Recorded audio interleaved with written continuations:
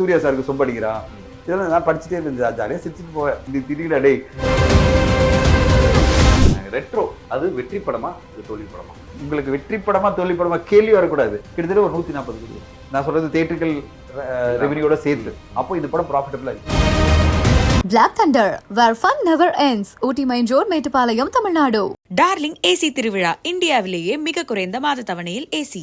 MCR Pure Cotton Club, formals and casual shirts.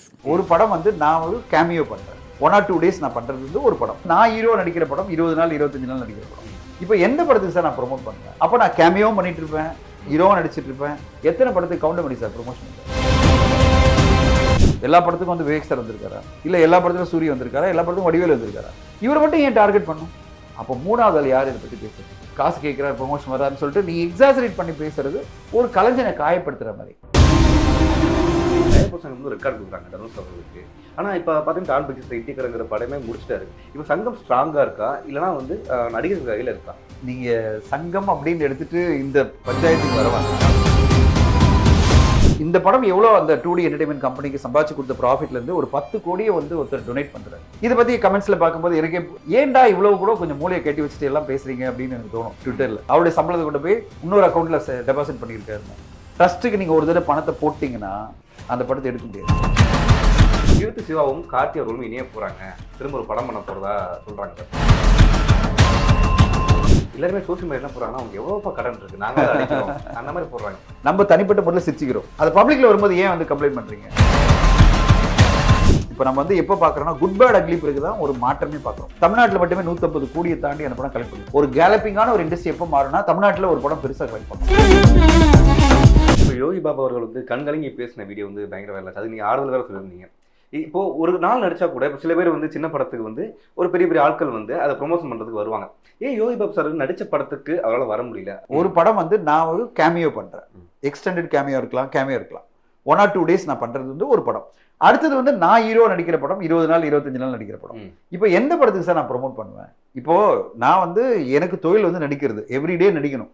அப்போ நான் கேமியோவும் பண்ணிட்டு இருப்பேன், ஹீரோவும் நடிச்சிட்டு இருப்பேன். எனக்கு வந்து பணம் சம்பாதிக்கணும் அப்படின்றதுக்காக நான் படம் பண்ணிட்டு இருக்கேன். ஒரு வருஷத்துல 30 படம் பண்றேன். இப்போ நான் கேமியோ படங்களுக்கெல்லாம் ப்ரொமோஷன் வந்தேன்னா 1 நாள் 2 நாள் அப்படி நடிக்கிற படங்களுக்கெல்லாம் இப்போ நான் ப்ரொமோஷன் தான் பண்ணிட்டு இருப்பேன். ஏன்னா ப்ரொமோஷன் அப்படின்றது பார்த்தீங்கன்னா ரொம்ப பெரிய டைம். அது இப்போ நீங்க ஒரு 3 மணிக்கு சொன்னீங்க வச்சுங்களேன், ஈவெண்ட்டே 4:30 தான் ஆரம்பிக்கும், அது 6:30 வரையும் போயிடும். அப்போ half a day கம்ப்ளீட்டா போயிடும். அவருடைய ஆக்டிங், அதாவது ஆக்டிங் ஷெட்யூலில் பார்த்தீங்கன்னா 2 மணிக்கு கிளம்பி வரணும். அப்போ 2 மணிக்குள்ளே ஷூட்டிங் முடிச்சுட்டு வந்தாருன்னா 3 மணிக்கு அட்டன் பண்ணணும்னு வந்தாருன்னா 3:30-4 மணிக்கு ஆரம்பிக்கும். அது பிறகு ஈவினிங் 6:30 முடியும் போது half day போயிடும். அப்போ அவர் கெரியரில் பெருசாக பாதிக்குது இல்லை, ஷூட்டிங் பாதிக்குது இல்லை. இப்போ பார்த்தீங்கன்னா நிறைய பேர் இந்த ப்ரொமோஷனுக்கு போயிட்டு இருந்தாரு வச்சிங்களேன், எல்லா ஷூட்டிங் பண்ணுறவங்களாம் கம்ப்ளைண்ட் பண்ணுவாங்க. என்ன சொல்லுவாங்க? எப்போ பார்த்தாலும் ப்ரொமோஷன் போயிட்டு இருக்காரு, எங்கள் படத்தில் நடிக்க மாட்டேன்றாரு அப்படின்னு கம்ப்ளைண்ட் பண்ணுவாங்களா இல்லையா? எங்கள் படம் டிலே ஆகுது சொல்லுவாங்களா இல்லையா? ஸோ யோகி பாபா சார் என்கிட்ட என்ன சொன்னார், சார் எனக்குன்னு ஒரு பொறுப்பு இருக்குது சார், நான் ஹீரோவாக இருக்கிற படத்தில் கண்டிப்பாக நான் ப்ரொமோஷன் வரணும். ஹீரோனா நான் 20 நாள் நடிச்சிருக்கேன், என்னை சுற்றி தான் கதை நடக்குது அப்படின்னா நான் ப்ரொமோஷன் வந்து தான் ஆகணும், நான் படத்தை பற்றி பேசி ஆகணும். ஆனால் அதே வந்து நான் ஒரு எக்ஸ்டெண்டட் கேமியோ ஒரு 2 days நடிக்கிறேன், 3 days நடிக்கிறேன்னா அது வந்து ஜஸ்ட் அ சப்போர்ட். அந்த படத்தில் ஒரு சப்போர்ட்டிங் கேரக்டர். என்னெல்லாம் வந்து ப்ரொமோஷன் கண்டிப்பாக வரணும், இல்லைனா வந்து உங்களை நான் ப்ளேம் பண்ணுவேன், உங்களை நான் கம்ப்ளைண்ட் பண்ணுவேன் அப்படின்னு சொல்லும்போது எனக்கு புரியவே இல்லை. அப்போ எப்படி நான் பண்ண முடியும்? இப்போ நீங்கள் எடுத்தீங்கன்னா எத்தனை படத்துக்கு கவுண்டமணி சார் ப்ரொமோஷன் வந்தார்? கண்டிப்பா அவர் நூற்றுக்கணக்கான படங்கள் வந்திருக்காரு. எத்தனை படத்துக்கு வந்து சந்தான சார் வந்திருக்காரு? அவர் 100கணக்கான படங்கள்ல அவர் காமெடினா பண்ணியிருக்காரு. 100கணக்கான படங்கள்ல விவேக் சார் பண்ணியிருக்காரு. எல்லா படத்துக்கும் வந்து விவேக் சார் வந்திருக்காரா? இல்ல எல்லா படத்துக்கும் சூரிய வந்திருக்காரா? எல்லா படத்துக்கும் வடிவேல் வந்திருக்காரா? இவரை மட்டும் ஏன் டார்கெட் பண்ணும்? வடிவேல் சார் எத்தனை படத்துக்கு ப்ரொமோஷன் வந்திருக்காரு? அவர் ஹீரோ நடிச்ச படத்துக்கு வந்துருவாரு. கண்டிப்பா கரெக்டா. கேமியோ இருக்கிற படத்துக்கு வந்திருக்காரு அந்த காலகட்டத்தில்? சந்தான சார் வந்திருக்காரா? இல்ல வந்து வடிவேல் வந்திருக்காங்களா? இல்ல வந்து நீங்க வந்து விவேக் சார் வந்திருக்காரா? ஸோ இப்படி பல பேரை நம்ம ஒரு உதாரணம் சொல்லிட்டே போகலாம். இப்போ அவங்க ரொம்ப தெளிவா இருப்பாங்க. நான் ஹீரோவா நடிக்கிறேன், காமெடினா இருந்தாலும் ஹீரோ நடிக்கிறேன்னா நான் கண்டிப்பா வருவேன். ஆனா நான் ஒரு கேமியோ பண்றேன், ஒரு படத்துல சின்னதா ஒரு கேரக்டர் வந்து சப்போர்ட்டா பண்றேன்னா நான் வரணும்னு அவசியம் கிடையாது. முடிஞ்சா வருவாங்க. அதாவது அவங்க ஃப்ரீயா இருந்தாங்கன்னா வருவாங்க அப்படின்னு நம்ம சொல்லலாம். ஃப்ரீயா இருந்தா வாங்கன்னு தான் சொல்லுவாங்க. அந்த தயாரிப்பாளர் இயக்குனர் கிளாரிஃபை பண்ணியிருந்தாங்க. நீங்க பாத்தீங்கன்னா பிரஸ் மீட்ல படம் முடிஞ்சோடனே அவங்க வந்து அந்த தயாரிப்பாளர் இயக்குனர் வந்து அழகா சொல்லியிருந்தாரு, சார் எங்களுக்கு அவர் வந்து ஒரு உதவிகரமா நான் கேட்டதெல்லாம் அவர் பண்ணாரு, அவர் என்னென்ன பண்ண முடியுது பண்ணாரு, அவர் நாங்க என்ன சொன்னோம், முடிஞ்சா வாங்கன்னு சொன்னோம். அவருக்கு ஷூட்டிங்ல பிஸியா இருந்தார், வரல. அவர் வந்து கம்பல் பண்ணி நீங்க வந்தே ஆகணுன்ற மாதிரி அந்த இது கிடையாது, நாங்க ரிக்வெஸ்ட் பண்ணோம், முடிஞ்சா வாங்க அப்படின்றது அவர் ரொம்ப தெளிவா சொல்லியிருக்காரு. அதனால நம்ம அந்த இயக்குனரும் தயாரிப்பாளர் என்ன சொன்னாரோ அதை தான் மதிக்கணும். அவர் என்ன சொன்னாரு, எங்களுக்கு யோகி பாபு சார் மேல எந்த கம்ப்ளைண்டும் கிடையாது. யோகி பாபு சார் எங்களுக்கு கோஆபரேட் பண்ணாரு, படம் நாங்கள் நல்லபடியாக பண்ணி கொடுத்தாரு அப்படின்னு அவங்க சொல்றாங்க. அப்போ மூணாவது ஆள் யார் இதை பத்தி பேசுறதுக்கு? கரெக்ட். என்னுடைய பாயிண்ட் ஒன்னே ஒன்று தான். கம்ப்ளைண்ட் பண்ணணும்னா யார் பண்ணணும்? அந்த தயாரிப்பாளரும் இயக்குனர் தான் கம்ப்ளைண்ட் பண்ணணும். அவங்க ஒரே ஆள் தான். அவர் ரொம்ப ஹாப்பியா சொல்றாரு எனக்கு யோகி பாபு சார் வந்து ரொம்ப கோஆபரேட் பண்ணாருன்னு. அப்ப அதை பேசிட்டு போயிட்டு விட்டுட்டு நீங்க யாரோ மூணாவதுல வந்துட்டு ஏன் அவர் வரல, எங்க இருக்காரு, கூட்டத்தில் இருக்காரா, அவர் வந்து காசு கேட்கிறார், ப்ரொமோஷன் வரான்னு சொல்லிட்டு நீங்க எக்ஸாசரேட் பண்ணி பேசுறது ஒரு கலைஞனை காயப்படுத்துற மாதிரி. அந்த காயப்படுத்துற விஷயங்கள் பண்ணக்கூடாதுன்றத என்னோட பாயிண்ட். Okay, super. ஆனால் இப்போ சங்கம் வந்து ரொம்ப ஸ்ட்ராங்காக இருக்குமா சார்? ஏன்னா வந்து தயாரிப்பு சங்கம் வந்து ரெக்கார்டு கொடுக்குறாங்க தனுஷ் அவர்களுக்கு. ஆனால் இப்போ பார்த்தீங்கன்னா டான் பிக்சர்ஸில் இட்டி கலங்கிற படமே முடிச்சிட்டாரு. அண்ட் ஐசி கணேஷ் அவர்களுக்கு 2 படம் பண்ண போகிறதா அனௌன்ஸ்மெண்ட் வந்துகிட்டே இருக்கு. இப்போ சங்கம் ஸ்ட்ராங்காக இருக்கா இல்லைனா வந்து நடிகர்கள் கையில் இருக்கா? நீங்க சங்கம் அப்படின்னு எடுத்துட்டு இந்த பஞ்சாயத்துக்கு வரவேனா? ஓகே. காரணம் என்னன்னா இது எல்லாமே டிஸ்கஷன்ல போகிற விஷயங்கள் தான். ஒரு தயாரிப்பாளருக்கும் ஒரு தயாரிப்பாளர் சங்கத்துக்கும் நடிகருக்கு மத்தியில் இருக்கும். நடிகர் சங்கம் இன்வால்வ் ஆகுது, பல பேர் இன்வால்வ் ஆயிருக்காங்க. அதனால இப்போதைக்கு அந்த டிஸ்பியூட்டுக்குள்ள போவானா, பல விஷயங்கள் அது உள்ள இருக்கு. அதை பத்தி பேச ஆரம்பிச்சா சங்கங்கள்லாம் வந்துடும். அப்புறம் சங்கங்கள்லாம் என்ன சொல்லுவாங்க, இது ஏன் பப்ளிக்ல பேசுனீங்கன்னு வருவாங்க. அதனால அது வேண்டாம். ஜென்ரலா இது எல்லா பிரச்சனைக்கும் ஒரு தீர்வு வந்துடும் தான் எதிர்பார்க்கிறேன். ஒரு பாசிட்டிவா எதிர்பார்ப்போம். Okay, super sir. அண்ட் சினிமாக்குள்ள போயிடுவோம் சார். ரெட்ரோ, அதாவது விமர்சன ரீதியாக வந்து கலவையான விமர்சனம் வந்துட்டு தான் இருந்தாலும் அது வெற்றி படமா தோல்வி படமா? உங்களுக்கு வெற்றி படமா தோல்வி படமா கேள்வி வரக்கூடாது. என்னன்னா எப்போ வந்து சூர்யா சார் அந்த படத்தினுடைய சக்சஸ் மீட்ல கலந்துக்கிட்டு, தேங்க்ஸ் மீட்ல கலந்துக்கிட்டு ஒரு 10 கோடி ரூபாய் அகுரம் ஃபவுண்டேஷனுக்கு அவர் வந்து கான்ட்ரிபியூட் பண்றாரோ அப்பயே அந்த படம் வணிக ரீதியில வெற்றி. ஒரு படத்தினுடைய வெற்றி எப்படி நீங்க பார்க்கணும்னா வணிக ரீதியில வெற்றி பிளஸ் தியேட்டருக்கெல்லாம் வெற்றி, இல்ல வணிக ரீதியில் மட்டும் வெற்றி தியேட்டருக்கெல்லாம் வெற்றி அடையல அப்படின்ற மாதிரிலாம் பார்க்கலாம். எப்படின்னா இங்க இருக்கிற பல பேருக்கு என்ன புரிதல் இருக்குன்னா தியேட்டருக்கெல்லாம் ஒரு படம் மிக பெருசா கலெக்ட் ஆனதான் வெற்றின்னு நினைக்கிறாங்க. அது கிடையாது. ஒரு படம் வணிக ரீதியில் வெற்றி என்னன்னு அர்த்தம் தெரியுமா? அந்த படத்தினுடைய டிஜிட்டல் ரைட்ஸ் எவ்வளவு போயிருக்கு, மியூசிக் ரைட்ஸ் எவ்வளவு போயிருக்கு, ஓவர்சீஸ் ரைட்ஸ் எவ்வளவு போயிருக்கு, அதை விட Hindi dubbing north India language எவ்வளவு போயிருக்கு, சேட்டலைட் ரைட் எவ்வளவு போயிருக்கு, அதுக்கு பிறகு வரது தான் தியேட்டர்கள் ரைட். இத்தனை ரைட்ஸும் சேர்ந்தது தான் ஒரு ரெவென்யூ. ஒரு படத்துக்கான இத்தனை ரைட்ஸும் கலந்து வரும்போது எவ்வளவு டோட்டலா அந்த படம் கலெக்ட் பண்ணியிருக்கோ அதுதான் வெற்றியா தோல்வியான்ற ஒரு படத்தை பத்தி தீர்மானிக்குது. ஓகேங்களா? ஒன்லி தியேட்டர்கள் கலெக்ஷன் வச்சுட்டு நீங்க வந்து ஒரு பெருத்தனுடைய வெற்றி தோல்வி சொல்லக்கூடாது. இந்த படம் பொறுத்தவரையும் பாத்தீங்கன்னா அப்பயே நெட்ஃபிளிக்ஸ் பெரிய தொகை கொடுத்து வாங்கியிருக்காங்க. அது எவ்வளவு தொகை அப்படின்றது அவங்க தான் சொல்லணும். 80 கோடின்றாங்க, 90 கோடின்றாங்க, நம்மளுக்கு தெரியாது. அது பிறகு ஓவர்சீஸ் மட்டுமே ஒரு 15 கோடி ரூபாய் கிட்ட அந்த படம் கலெக்ட் பண்ணிக்கும் சொல்றாங்க. 12 to 15 கோடி கலெக்ட் பண்ணிக்கும் சொல்றாங்க. அது பிறகு ஹிந்தி டப்பிங் ஒன்று இருக்கு. ஹிந்தி டப்பிங்ன்றது ஒரு 15-20 கோடி போயிருக்கலாம். மியூசிக் ரைட்ஸ் ஒரு 15 கோடி போயிருக்கலாம். 10-15 கோடி ரேஞ்சில் இருக்கலாம். சேட்டலைட் ஒரு 15-20 கோடி போயிருக்கலாம். இப்படி எல்லாம் சேர்த்தீங்கன்னா கிட்டத்தட்ட ஒரு 140 கோடி வரும். ஓகே. நான் சொல்றது தியேட்டர்கள் ரெவென்யூவோட சேர்த்து. இப்போ இந்த படத்தினுடைய பட்ஜெட்னு எடுத்தீங்கன்னா ஒரு 80-100 கோடி இருக்கலாம். அதுக்கு மேல இருக்கிறது வாய்ப்பே கிடையாது. நான் சொல்றது இன்க்ளூடிங் சூர்யா சாருக்கு கொடுக்க வேண்டிய ஒரு சம்பளம் எல்லாம் சேர்த்தீங்கன்னா ஒரு 100 கோடி இருக்கலாம். அப்போ இந்த படம் ப்ராஃபிட்டபிளா இல்லையா? கண்டிப்பா. வணிக ரீதியில வெற்றியா இல்லையா? ஏன்னா இந்த படம் 80 கோடி தான் பட்ஜெட் எடுத்துங்களேன். 80 கோடி டிஜிட்டலே வந்திருந்தா ஒரு வேலை காஸ்ட் எங்க ரிகவர் ஆயிடுச்சு, டிஜிட்டலே வந்துருச்சு. அப்ப இந்த படம் வணிக ரீதியில வெற்றியா இல்லையா? அப்போ ஓவராலா தியேட்டர்கள் எவ்வளவு வருதோ எல்லாமே போனஸ் தான். தியேட்டர்கள் பொறுத்தவரையும் அவங்களுக்கு வர்றது எல்லாமே ப்ராஃபிட். அது கம்மியா வந்ததுன்னா கம்மியா கொஞ்சம் வந்திருக்கு பரவாயில்ல, இன்னும் கொஞ்சம் வந்திருக்கலாம் பட் பரவாயில்ல அப்படிதான் நினைப்பாங்க தவிர அது வந்து தோல்வி கிடையாது. ஏன்னா அவங்க ஏற்கனவே அவங்களுடைய எவ்வளவு முதலீடு போடாங்களோ அதை ரெக்கவரி பண்ணிட்டாங்க. இந்த புரிதல் பல பேருக்கு இல்ல. அவங்க எப்படி நினைக்கிறாங்க, தியேட்டர்களை இவ்வளவு பெரிய கலெக்ஷன் பண்ணல, 100 கோடி பண்ணல, 150 கோடி பண்ணல, அப்ப இந்த படம் வெற்றி படம் இல்ல அப்படின்னு நினைக்கிறாங்க. என்ன பொறுத்தவரையும் ரெட்ரோ படம் வந்து மாபெரும் வெற்றி, வணிக ரீதியில ஒரு மாபெரும் வெற்றி படம். அந்த மாபெரும் வெற்றின்றதுனால தான் ஒரு தேங்க்ஸ் மீட் பண்றாங்க. அதுல சூர்யா சாரோட சந்தோஷத்தை பாக்குறோம். அதோட இந்த படம் எவ்வளவு அந்த 2D என்டர்டைன்மெண்ட் கம்பெனிக்கு சம்பாதிச்சு கொடுத்த ப்ராஃபிட்ல இருந்து ஒரு 10 கோடியை வந்து ஒருத்தர் டொனேட் பண்றாரு, அதாவது அகரம் ஃபவுண்டேஷனுக்கு. இதை பத்தி கமெண்ட்ஸ்ல பார்க்கும்போது எனக்கு வந்து ஏன்டா இவ்வளவு கூட கொஞ்சம் மூளையை கட்டி வச்சுட்டு எல்லாம் பேசுறீங்க அப்படின்னு எனக்கு தோணும். ட்விட்டர்ல அது சொல்றேன், அவர் வந்து அவருடைய சம்பளத்தை கொண்டு போய் இன்னொரு அக்கௌண்ட்ல டெபாசிட் பண்ணியிருக்காருன்னு. அகரம் ஃபவுண்டேஷன் என்பது ஒரு ட்ரஸ்ட். ட்ரஸ்ட்டுக்கு நீங்க ஒரு தடவை பணத்தை போட்டீங்கன்னா அந்த படத்தை எடுக்க முடியாது. கண்டிப்பா உங்க அக்கௌண்ட்ல இருக்க பணத்தை எப்பனாலும் அவங்க எடுத்துக்கலாம். கரெக்டா? உங்க அக்கௌண்ட்ல இருக்கு, உங்களுக்கு வந்திருக்கிற ப்ராஃபிட் வச்சுங்க. இப்போ 2D என்டர்டைன்மெண்ட் வந்த பணத்தை நீங்க எதை கொடுத்து அசெட்டை வாங்கிக்கலாம், ஒரு வீடு வாங்கலாம், ஏதோ ஒரு பெரிய இடத்த வாங்கலாம், எல்லாம் பண்ணலாம், லேண்டை வாங்கலாம். ஆனா அகுரம் ஃபவுண்டேஷன் அப்படின்றது ஒரு ட்ரஸ்ட்ல நீங்க கொண்டு போய் பணத்தை டொனேட் பண்ணிட்டீங்கன்னா அந்த பணத்தை எடுக்க முடியாது. எனக்கு அந்த அனுபவம் இருக்கு, அதனால சொல்றேன். ஃபவுண்டேஷன்ல மட்டும் நீங்க போட்டீங்க வச்சுங்களேன், அது கவர்மெண்ட் ஆஃப் இந்தியா வந்துடும் கண்ட்ரோல்ல. RBI இன்வால்வ் ஆவாங்க. அவங்க கேட்பாங்க ஃபவுண்டேஷன்ல இருக்கிற அமௌண்ட் வந்து டொனேட் பண்றதுக்கு தான் உரிமை இருக்கு, அதாவது 1 way டிராஃபிக். அதை செலவு பண்ணனா அந்த ட்ரஸ்ட் எதுக்காக ஃபார்ம் செய்யப்பட்டதோ அதுக்கு தான் நீங்க செலவு பண்ணணும். அது எதுக்காக அந்த ட்ரஸ்ட்டை ஃபார்ம் பண்ணியிருக்காங்க, எஜுகேஷன் கொடுக்கணும் அப்படின்னு. அப்போ ஒரு 10 கோடி ரூபாய் அவர் கையை விட்டு செலவு பண்றதுக்கு ரெடி ஆகி கொடுக்குறாருன்னா அகரம் ஃபவுண்டேஷனுக்கு, அப்போ அந்த படம் மிகப்பெரிய வெற்றி தானே. May 1 வந்து ரெட்ரோ அண்ட் டூரிஸ்ட் ஃபேமிலி வந்து ரிலீஸ் ஆகுது. அப்ப எல்லாம் என்ன சொன்னாங்கன்னா பெரிய பட்ஜெட் படம் அதுக்கப்புறம் சின்ன படம் ஒண்ணு வருது அப்படிங்கிற மித்தை வந்து அது காலி பண்ணிடுச்சு அப்படிங்கிற மாதிரி சொல்றாங்க. இதை நீங்க எப்படி பாக்குறீங்க? டூரிஸ்ட் ஃபேமிலியோட வெற்றி எப்படி நான் பாக்குறேன்னா, ஒரு ஃபீல் குட் படம், ஒரு எமோஷனலான படம் இவ்வளவு பெரிய வெற்றி அடைய முடியுமா? அது பார்க்கும்போது சந்தோஷமா இருக்கு. ஏன்னா நம்ம எப்பவுமே என்ன சொல்லுவோம்னா, ஃபீல் குட் படம்லாம் இவ்வளவுதான் போவோம், எல்லா தரப்பு ரசிகர்களும் வரமாட்டாங்க, இது வந்து ஒரு செலக்டிவான நிஷ் ஆடியன்ஸ் தான் பார்ப்பாங்க அப்படின்ற ஒரு இது இருக்கு. மைண்ட்ல என்ன இருக்குன்னா, ஒரு ஆக்ஷன் படம் எடுத்தா எல்லாம் வந்துருவாங்க, ஒரு த்ரில்லர் படம் எடுத்தா எல்லாம் வந்துருவாங்க, ஒரு யூத்ஃபுல்லான படம், ஒரு டிராகன் மாதிரி, ஒரு லவ் டுடே மாதிரி யூத்ஃபுல்லான படம் கொடுத்தீங்கன்னா எல்லாம் வந்துருவாங்க, காமெடி படம் கொடுத்தா எல்லாம் வந்துருவாங்க, ஹாரர் கொடுத்தா வந்துருவாங்க அப்படின்னு சொல்லிட்டு இருக்காங்களே தவிர, ஒரு எமோஷனான ஃபீல் குட் படம் கொடுத்தா பெரிய லெவல்ல கலெக்ஷன் வரும்னு யாருமே சொல்ல. ஆனா முதல் முறையா இந்த படம் அதை பிரேக் பண்ணுது. எந்த அளவு பிரேக் பண்ணுதுன்னா, இன்னைக்கு இந்த படம் கிட்டத்தட்ட 50 கோடி லெவல்ல கலெக்ட் பண்ண சொல்றாங்க வேர்ல்டு வைடு. பெரிய சாதனை. ஸோ இந்த சாதனை வந்து கண்டிப்பா இந்த படக்குழுக்கு நம்ம வாழ்த்து சொல்லணும், சசிகுமார் சாருக்கு வாழ்த்து சொல்லணும். ஏன்னா ஒரு புதுமுக இயக்குனரை நம்பி ஒரு படத்தை நடிக்க வந்து, அதுவும் எந்த அனுபவம் இல்லாத ஒரு புதுமுக இயக்குனர் படத்துல அவரும் இன்வால்வ் ஆகி அந்த படத்தை வந்து சப்போர்ட் பண்ணி கொடுத்திருக்காரு. இன்னைக்கு இவ்வளவு பெரிய வெற்றி அந்த படத்துக்கு வந்திருக்குன்னா, அதுவும் எல்லா மித்தையும் பிரேக் பண்ணுது. அதாவது இப்படி எல்லாம் ஃபீல் குட் படம் இவ்வளவு எல்லாம் கலெக்ட் பண்ணணும் அப்படின்ற எந்த இதுவும் இல்லாம அதிரி புதிரி வெற்றியா இந்த படம் பண்ணும்போது நம்மளுக்கு அது சந்தோஷமா இருக்கு. அதை கொண்டாடணும்.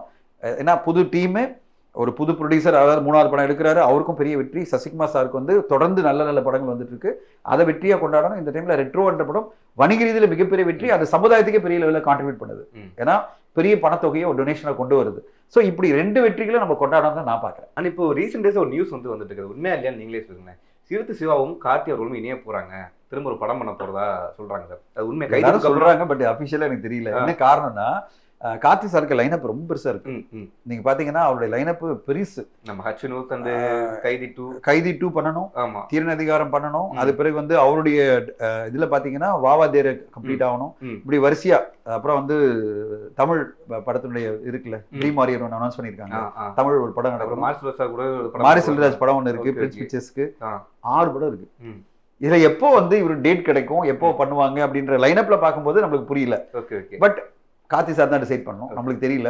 பட் இண்டஸ்ட்ரியில ஒரு டாக்கா போயிட்டு இருக்கு. அப்படிதான். ஓகே. பட் கதை சொல்லிட்டு அவர் வந்து ஓகே சொல்லிட்டதா சொல்றாங்க, உண்மையா எனக்கு தெரியல. என்னன்னா கார்த்தி சாரோட கமிட்மெண்ட் ரொம்ப பெருசா இருக்கு. ஏன்னா அடுத்ததா கைதி 2 பண்ணும், அவர் அதுல ப்ரிப்பரேஷன்ல இருக்காரு. அது சேம் டைம் வந்து ட்ரீம் வாரியனுடைய அந்த தமிழ் படமும் அவங்களும் வெயிட் பண்ணிட்டு இருக்காங்க, அந்த படத்தோட ஷூட்டிங் போகணும்னு வெயிட் பண்றாங்க. கைதி 2 வந்து இவர் வந்துட்டாரு வச்சுங்களேன், சப்போஸ் லோகேஷ் கனகராஜ் இப்ப இமிடியா வந்துட்டாரு வச்சுங்க, இப்போ ஆகஸ்ட் படம் ரிலீஸ் ஆன உடனே நான் செப்டம்பர்ல கைதி 2 போறேன்னா கைதி 2 தான் போவாரு. ஏன்னா அதுதானே பெரிய படம், பிரம்மாண்டமான படம். இந்தியன் சினிமால பல ஆக்டர்ஸ் எல்லாம் இது அந்த படத்துல இன்வால்வ் ஆவாங்க அப்படின்றாங்க. அது வந்து ஒரு பெரிய படமா பேண்டே படமா வரும்னு எதிர்பார்க்கறாங்க. அப்ப அதுதானே எல்லாரும் அவர் ப்ரியாரிட்டி இருக்கும். சோ அதுக்காக சிவா சார் படம் பண்ண மாட்டா நான் சொல்லல. அதாவது லைனப்ல வரும், அது எப்போ வரும் நம்மளால சொல்ல முடியாது. வரலாம், ஒரு கதை பிடிச்சிருந்தது அவர் வந்து பண்ணணும்னு நினைச்சா வரலாம். பட் அவர் லைனப் ரொம்ப பெருசா இருக்கிறது தான் நம்மளுக்கு எப்படா இது வரும் அப்படின்னு தோணுது. அவ்வளவுதான். இப்ப இப்பயும் நினைச்சா கங்கோ 2 வந்து எடுத்துட முடியுமா சார்? அதுக்கான பாசிபிலிட்டி அது எனக்கு தெரியல, அது ஞானவேல் சார் தான் சொல்லணும். அது அவருடைய லைனப்ப பாத்தீங்கன்னா சூர்யா சார் லைனப் நெக்ஸ்ட் 2 வீக்ஸ்க்கு ஆயிடுச்சு. இப்ப பாத்தீங்கன்னா இந்த சூர்யா 45 முடிக்கணும், அப்புறம் வாடிவாசல் ஆரம்பிக்குது, வெங்கி அட்லீட் படம் இப்ப ஆரம்பிக்குது உடனே. அது போயிட்டே இருக்கும்போது வாடிவாசல் ஆரம்பிக்கிறாரு. இப்ப இத்தனை படம் நடுவுல எப்போ இந்த படம் எல்லாம் முடிச்சு அவர் அடுத்தது வருவாரு அப்படின்னு நமக்கு தெரியாது. வெயிட் பண்ணி பார்க்கலாம். சரி சார், ஓகே. அதாவது இப்போ 2024 முதல் 6 மாசத்துக்கு பாத்தீங்கன்னா அந்த மலையாள படங்களோட ஆதிக்கம் அதிகமா இருந்துச்சு. இப்போ 2025 இந்த குவார்டர்லி, அதாவது மே மாசம் இருக்குன்னு வச்சுக்கோங்களேன், இதுல வந்து தமிழ் சினிமா அதாவது நல்ல நல்ல படங்களை கொடுத்துருக்கா, இல்ல அந்த வசூல் ரீதி வந்து கிடைச்சிருக்கா? மலையாள சினிமா வந்து இந்த வருஷம் அந்த பெரிய டாமினேஷன் இங்க இல்ல. 1-2 படங்கள் தான் பண்ணியிருக்கே தவிர பெரிய லெவல்ல கிடையாது. அது ஓடிடில தான் கொஞ்சம், ஓடிடில பெரிய தாக்கம், அது தியேட்டருக்குள்ள பெரிய தாக்கமே கிடையாது. ஆனா இப்போ தமிழ் சினிமா பொறுத்தவரை பாத்தீங்கன்னா இந்த மாசத்துல தான் பெட்டர் ஆயிட்டு இருக்கு. இப்ப நம்ம வந்து எப்ப பாக்குறோம்னா குட் பேட் அக்லி பிறகுதான் ஒரு மாற்றமே பாக்குறோம். எல்லாமே அதாவது மாத்தின படம் பாத்தீங்கன்னா அது good bad ugly. Good bad ugly வந்து ஒரு பெரிய கலெக்ஷனை தமிழ்நாட்டில் மட்டுமே 150 கோடியை தாண்டி அந்த படம் கலெக்ட் பண்ணிச்சு. இப்போ தமிழ்நாட்டில் இவ்வளவு பெரிய கலெக்ஷன் வந்து நம்மளுக்கு ஒரு படம் கொடுக்கும்போது தான், நான் சொல்லியிருக்கேன்ல பல தடவை சொல்லியிருக்கேன், ஒரு கேலப்பிங்கான ஒரு இண்டஸ்ட்ரி எப்போ மாறுனா தமிழ்நாட்டில் ஒரு படம் பெருசாக கலெக்ட் பண்ணோம். அந்த படம் அதை கலெக்ட் பண்ணதோடு தான் இப்போ தமிழ்நாட்டில் ஒரு நம்பிக்கை வந்திருக்கு, இந்த மாசம் ரொம்ப நல்லா இருக்கும்னு. இப்போ இந்த மாசம் பாத்தீங்கன்னா இப்போ 2 படமே, இப்போ ரெட்ரோவும் சரி இந்த படமும் சரி, கிட்டத்தட்ட 2மே சேர்ந்து ஒரு 80-100 கோடி கொடுக்கும். எது ரெட்ரோவும் டூரிஸ்ட் ஃபேமிலியும் சேர்ந்து தமிழ்நாட்டில் மட்டுமே 100 கோடி கொடுக்கும். அடுத்ததா வரப்போற படம் பார்த்தீங்கன்னா டிடி நெக்ஸ்ட் லெவலும் சரி, மாமன் படமும் சரி, எல்லாமே எதிர்பார்ப்பு பெருசா இருக்கு. அடுத்ததா ஏஸ் படமும் விஜய் சேதுபதி சாரோட படம் 23ஆம் தேதி வருது, அதுக்கும் பெரிய எதிர்பார்ப்பு இருக்கு. இப்போ வரிசையா பாத்தீங்கன்னா மே மாசம் வந்துதான் ஒரு பிரேக் த்ரூ மாசமா இருக்கு என்ன பொறுத்த வரைக்கும். அதான் பிரேக் த்ரூ மாசம் அப்படின்னா பல வெற்றி படங்கள் வரும்னு நினைக்கிறேன். எனக்கு என்னுடைய நம்பிக்கை என்னன்னா இந்த மாசம் ஒரு 5 வெற்றி படங்கள் இருக்கும் மே மாசம். இந்த மாதிரி ஒரு மாசம் அமையவே இல்லை. ஒரு மாசத்துல 1 படம் 2 படம் தான் வெற்றி அடைஞ்சிருக்கு. முதல் முறையா மே மாசத்துல ஒரு 5 படம் வெற்றி அடையும் எதிர்பார்க்கிறேன். நல்லதுனே, அதுதான் இண்டஸ்ட்ரி நல்லது. அண்ட் டிடி நெக்ஸ்ட் லெவல் படத்துல ஜிவிஎம் சார் வந்து ஒரு ஸ்பூஃப் பண்ணியிருப்பாரு காக்கா படத்துல. எல்லாருமே சோசியல் மீடியா என்ன போடுறாங்கன்னா அவங்க எவ்வளோப்பா கடன் இருக்கு, நாங்க அதை அடைக்கிறோம் அந்த மாதிரி போடுறாங்க. நீங்க எப்படி சார் பாக்குறீங்கன்னா அப்படி ஒரு பார்த்த இயக்குனரை வந்து எங்களால் ஒரு ஸ்பூஃப் பண்றதை பார்க்க முடியலையே அப்படின்னு ஆதங்கத்துல தான் வந்து அந்த மாதிரி சோசியல் மீடியால கமெண்ட்ஸ் போடுறாங்க. நீங்க எப்படி பாக்குறீங்க? இல்ல, அவரு வந்து பணத்துக்காகலாம் அது பண்ணல, அவர் நட்புக்காக பண்ணியிருக்காரு. அவங்க வந்து நட்புக்காக அவர் கேட்டிருக்காங்க, அவர் நட்புக்காக பண்ணியிருக்காரு. என்ன காரணம்னா சந்தானம் சாருக்கும் அவருக்கும் மத்தியில ஒரு நல்ல ஒரு நட்பு இருக்கு. அடுத்ததா சந்தானம் கூட பயணிக்கணும்னு ஆசைப்படுறாரு. அப்ப திடீர் வேற பண்ண போறாங்க சொல்றாங்க, அப்படி சொல்றாங்க. அந்த நட்புக்காக அவர் என்ன சொல்லியிருக்காங்க, நாங்க ஒரு ஸ்பூப் பண்ண போறோம் வாங்க, ஏங்க என்ஜாய் பண்ணுங்க. இப்ப நான் உட்காந்துட்டு நான் எல்லாரும் பாத்தீங்க வச்சுங்களேன், நீங்க பஸ்ல ரேடியோ நீங்க பாருங்க, பஸ்ல போறவங்க, ட்ரெயின்ல போறவங்க, ஃபிளைட்ல போறவங்க பாத்தீங்கன்னா எல்லாரும் ஒரு ஏற்பாடை போட்டுக்கிட்டு மொபைல்ல டவுன்லோட் பண்ணிக்கிட்டு ரீல்ஸை பார்த்துட்டே இருக்காங்க. எது இன்ஸ்டாகிராம் ரீல்ஸ் எல்லாம், அந்த ரீல்ஸ் எல்லாமே ஸ்பூப் தான். பயங்கரமா ஃபன் பண்ணி ஒருத்தர ஃபன் பண்ணி பொலிட்டிஷியன்ஸை ஃபன் பண்ணி ஆக்டர்ஸை ஃபன் பண்ணி வர எல்லா ரீல்ஸும் எல்லாம் பார்த்துட்டு சிரிக்கிறோமா இல்லையா? நம்ம தனிப்பட்ட முறையில் சிரிச்சுக்கிறோம். அது பப்ளிக்ல வரும்போது ஏன் வந்து கம்ப்ளைண்ட் பண்றீங்க? இதான் என்னோட பாயிண்ட். அவங்க பண்ற எல்லா ஸ்பூப்பையும் நான் பார்த்து ரசிக்கிறோம்ல, அதே மாதிரி இதே ரசிங்க. இது வந்து ஒரு ஃபன். இது வந்து காக்கா படத்துல வந்து ஒரு சாங் வச்சுட்டு அவரே அதே மாதிரி படம் வந்து அப்படியே பார்த்து ஜீவன் அழகா பண்றாருல, அப்படியே கையை தூக்கிட்டு வந்து பேசுங்களேன் சார். இல்ல நான் பேசல, எனக்கு ஃபன்னா இருந்தது. நான் பார்க்கும்போது கண்டிப்பா வாழ்த்து சொல்லுவேன். அதுவும் அவங்க 2 பேரும் அதே மாதிரி ஒரு ஆக்ட் பண்றதும், ஜோதிகா மேம் அந்த சூர்யா சார் பண்ற மாதிரி பண்றதும் பார்க்கறதே சந்தோஷமா இருக்கு. இப்படிதான் ஃபன் பண்ணோம். அதாவது அது எந்த அளவுக்கு ஹிட் ஆயிடுச்சுன்னா அந்த படத்துக்கு ஒரு பெரிய எதிர்பார்ப்பு உருவாக்கிடுச்சு. இவ்வளவுதானே மேட்டர்.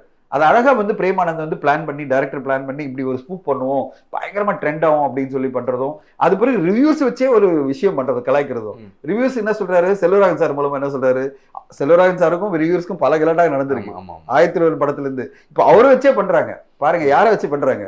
டேய் நீ ரிவ்யூ பண்றதை நிறுத்து, நான் உன்னை வந்து கொண்டு வரேன் அப்படின்னு கடைசியில அவர் சொல்லும் போது எனக்கு சிரிப்பா வந்தது. கடைசியில யாரை வச்சு கலாய்க்கிறாங்க பாரு, யார் ரிவ்யூர்ஸ் வச்சு பேசினாரோ அவரே வச்சு கலாய்க்கிறாங்க. அவர் சொல்றாரு ரிவ்யூர்ஸ்க்கு எப்படி பண்ணணும் அப்படின்னு. ஸோ எல்லாமே பிரேமானந்தனுடைய டேலண்டா பாக்குறேன். சந்தானம் சாரனுடைய அந்த இன்டெலிஜென்ஸ், அவருக்கு வந்து காமெடி படம்னாலே அவருக்கு அவருடைய கிரியேட்டிவிட்டி பயங்கரமா ஒர்க் ஆகும். எல்லாரும் சேர்ந்து ஒண்ணு பண்றாங்க, அதை பார்த்து என்ஜாய் பண்ணுங்கப்பா. படத்தை பார்த்து என்ஜாய் பண்ணுங்க.